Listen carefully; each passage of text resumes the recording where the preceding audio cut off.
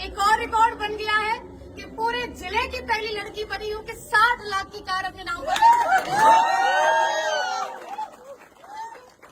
Audi लोगों के लिए एक नाम हो जाएगा कि हाँ वही कोई लड़की कार ले आई होगी, लेकिन मेरे लिए सिर्फ ये कार नहीं है सिर्फ ये कार, क्योंकि सपने से भी ऊपर है ये जगह। जब गुरुजी पर्दा हटा रहे थे तो मैं अंदर से फील कर रही थी ये मेरी है। मैं कई बार अंदर से कह रही थी मेरी है। रात भर मैं सोई नहीं हूँ। ये बिल्कुल सत्य है, मैं बिल्कुल नहीं सोई। मैं सुबह 5 बजे का अलार्म लगाई थी, जल्दी जगना था। अलार्म तो मुझे जगाया ही नहीं है, आज मैं अलार्म को जगाई। पूछ रही हूँ आप कहाँ पहुँचे। सारी चीजें आज अच्छी हैं, बढ़िया हैं। क्यों है? सिर्फ उसके पीछे एक कारण है, हमारी असली पीएस वेलनेस जैसी महान संस्था और इसके संस्थापक की एक नेक नियत, एक अच्छी सोच।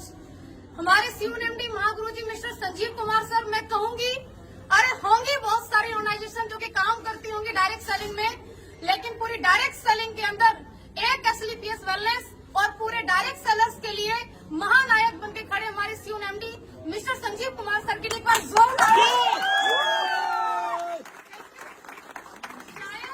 शायद कुछ संकोच होता इस कार को लाने में, लेकिन कोई संकोच नहीं हुआ क्योंकि वो वुमेन वेलफेयर फंड का 5 लाख एक्स्ट्रा गुरुजी दे दिया।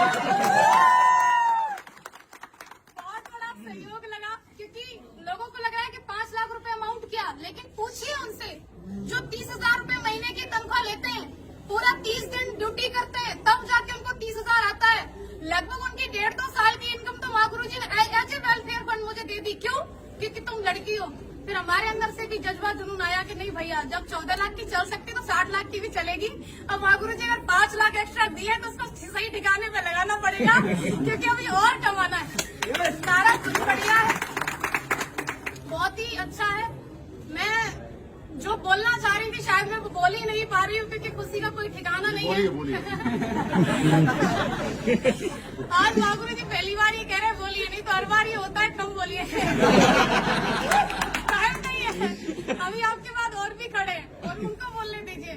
लेकिन ये अवसर भी असली पीएस वेलनेस में तब आता है, महागुरु जी एक बात बोलते हैं, मैं महागुरु जी की बात को रिपीट कर रही हूँ यहाँ पर, कि हम सभी किस्मत वाले तो हैं क्योंकि हम सबको सेम प्लेटफॉर्म मिल गया है, लेकिन हर वो व्यक्ति सफल नहीं होगा जो ज्वाइन कर लिया है। क्यों? कि किस्मत वाले सभी हैं लेकिन सेम मेहनत नहीं करते। किस्मत से प्लेटफॉर्म मिल गया है, अगर हम मेहनत करते रहेंगे तो हम यहाँ तक जरूर आएंगे। किस्मत वाले हम बन चुके हैं, अब बारी है मेहनत वाले बनने के लिए। तो क्या आप लोग तैयार हैं? अगर आप तैयार हैं तो मैं आपसे कहना चाहती हूँ कि यदि आपने असली पीएस जैसी महान संस्था को ज्वाइन कर ही लिया है, और स्पेशली मैं गर्व से ये बात कहना चाहती हूँ कि यदि आप AWPL के अंदर ज्वाइन हो ही चुके हैं तो 3 से 4 साल तक आप मन लगा करके, एकाग्र होकर के, पापा कहें, मम्मी कहें, रिश्तेदार कहें, गाँव वाले कहें, कोई फर्क नहीं, हमें वो करना है जो हमें दिखाई दे रहा है। क्यों? क्योंकि वो लोग अपनी जगह पे सही हैं। मेरे पापा ने कभी पढ़ाई के लिए नहीं रोका, मैं आपके सामने खड़ी हूँ, एक भाई एक बहन है। हम जिस स्कूल में मेरे भाई को पढ़ाया, आज मैं पहली बार ये बात बोल रही हूँ, जिस स्कूल में मेरे भाई पढ़े हैं, हम 2 प्राइवेट स्कूल में पढ़े, बल्कि पिताजी किसान है। पिताजी गुंजाइश नहीं थी कि हमें बस से भेजे, लेकिन एक साथ पढ़ाया। हमेशा मेरे पिताजी एक बात बोला करते थे बचपन में कि तुम दोनों मेरे लिए बराबर हो, मेरे लिए ज्योति सौरभ दोनों बराबर हैं। आप मुझे बताइए, बेटी हर कोई नहीं चाहता, उसका कारण भी बेटियां बनती है ना, कि वो शादी के बाद बोलती है अब तो मैं यहाँ आ गई हूँ, अब तो मेरा यही परिवार है, अब तो जो मैं कमाऊंगी वहाँ देंगी। कौन बाप चाहेगा मेरे घर में बेटी पैदा हो? क्योंकि एक तो इसको पढ़ा लिखा के बड़ा करो, कमाने लायक बनाओ, और उसके बाद तो ये तो चली और ये वहाँ जाके कमा के देगी, कौन चाहेगा? लेकिन मुझे ऐसा लगता है कि हर उस बेटी को चाहेगा, हर एक बाप जो उसी के यहाँ पर कमाने लायक बने और उसको कमा करके भी दे और उसको ला करके खड़ा करे ऑडी के शोरूम में, पापा ये गाड़ी तो आप ही की। और ये हम सब बन सकते हैं, कोई एक नहीं, सिर्फ एक ज्योति यादव नहीं, नेवर, हर कोई बन सकता है। क्योंकि मैंने किसी को देख करके सपना बनाया, वो किसी कोई और नहीं थे, मेरे अप्लायंस थे। आपका भी किसी न किसी को देख करके सपना बन रहा हो, तो जब सपना बन ही रहा है उसे साकार करने के लिए हमारे पास एक ग्रेट प्लेटफॉर्म है ही है, ग्रेट मेंटरशिप है ही है। उसके बाद मैं उन लोगों से कहना चाह रही हूँ कि जो लोग आज असली पीएस में ज्वाइन है और कहीं न कहीं है, सुन तो रहे होंगे आप, ये बात तो क्लियर है, और जो अभी मन बना रहे हैं, आप लोग देखते बहुत हो, ये आपकी बहुत कमी है कि आप सिर्फ देखते ही रहते हो। अगर मैं कहूंगी डिसीजन लीजिए, और अगर डिसीजन ले लिया है तो 3 से 4 साल तक मन लगा करके आप काम कीजिए। अगर आप 3 से 4 साल तक मन लगा के काम करती हैं, स्पेशली फॉर गर्ल्स, आपने ज्वाइन कर लिया है WPL को और आप 3 से 4 साल तक काम कर सकती हैं, तो आप भी शादी से पहले ऑडी लेके आ सकती हैं। Thank you. अगर हमें चाहिए तो हमें काम करना होगा, हमें यहाँ पर मन लगा के लगे रहना होगा। और आज मुझे अवसर मिला है मेरे अप्लायंस को भी सुनने का।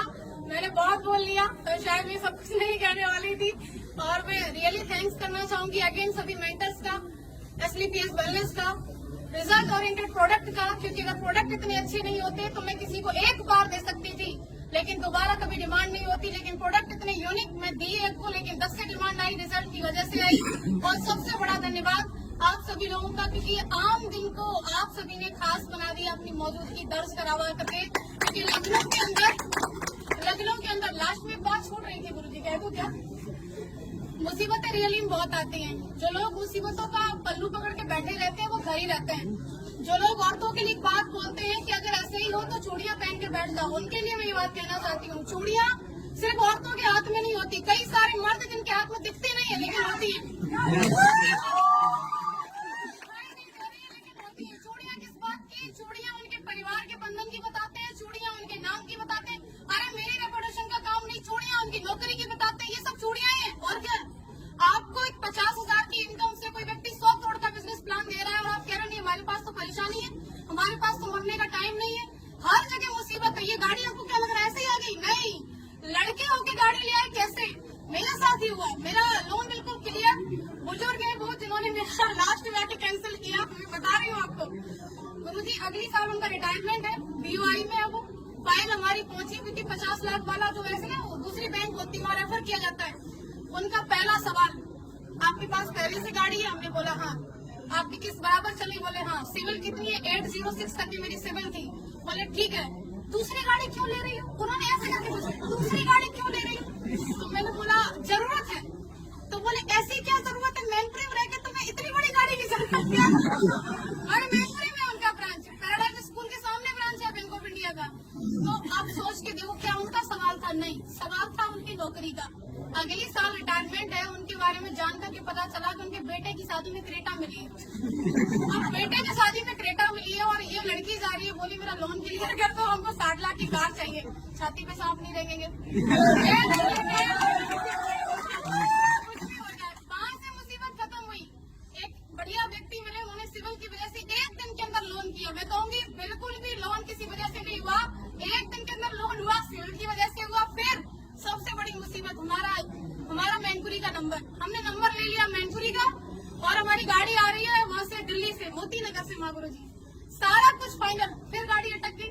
हमने बोला ये आना नहीं चाहती है क्या? 50,000 रूपए पूरे एक्स्ट्रा क्यों लगे? सिर्फ इस बात पे कि हमें फिर वहाँ से नहीं, उन्होंने बोला मैनपुरी में डिलीवरी नहीं दे सकते, आप एटा तक ले लो। हम क्यों लेने एटा की गाड़ी, हम अपनी मैनपुरी की लेने। मैनपुरी वाले तो मेन आपको ऐसा लग रहा है कोई व्यक्ति सफल होकर खड़ा है तो आसानी से खड़ा है, आपको समस्याएं आ रही है उसको कोई नहीं आएंगी। भैया हर चीज में समस्या है, यहाँ तक कि पैसा होते हुए जब आप गाड़ी लेने को खड़े हो, आपकी मर्जी है, गाड़ी की मर्जी है कि मैं आ रही हूँ, बीच वाला बोला क्यों ले रहे हो? तो तीसरे को भी दिक्कत हो सकती है। दिक्कतों के ऊपर कभी फोकस नहीं करना है, फोकस हमेशा लक्ष्य के ऊपर। मेरी बात सिर्फ इतनी है कि आज अगर मैं यहाँ खड़ी हूँ तो सिर्फ इसका एक कारण है कि मैंने हमेशा मेरे अप्लायंस की उपलब्धि को देखा कि आज वो किस पायदान पे पहुंच रहे हैं। मैंने नहीं देखा उन लोगों को जो लोग मेरे अपने थे, लेकिन वो किसी न किसी ऐसी जगह पर थे जो उतनी बड़ी सोच नहीं रखते थे। मैंने सिर्फ उनको देखा जिनकी सोच बड़ी थी, जिनकी उपलब्धि बड़ी थी, क्योंकि मुझे वहीं तक जाना था जहाँ तक का मुझे वो रास्ता दिखा रहे थे। तो आपको भी हमेशा अपने अप्लायंस के लिए देखना है, क्योंकि मैंने देखा तो आज मैं खड़ी हूँ। और आप लोग आए उसके लिए आपका आगे बहुत बहुत शुक्रिया। Thank you so much.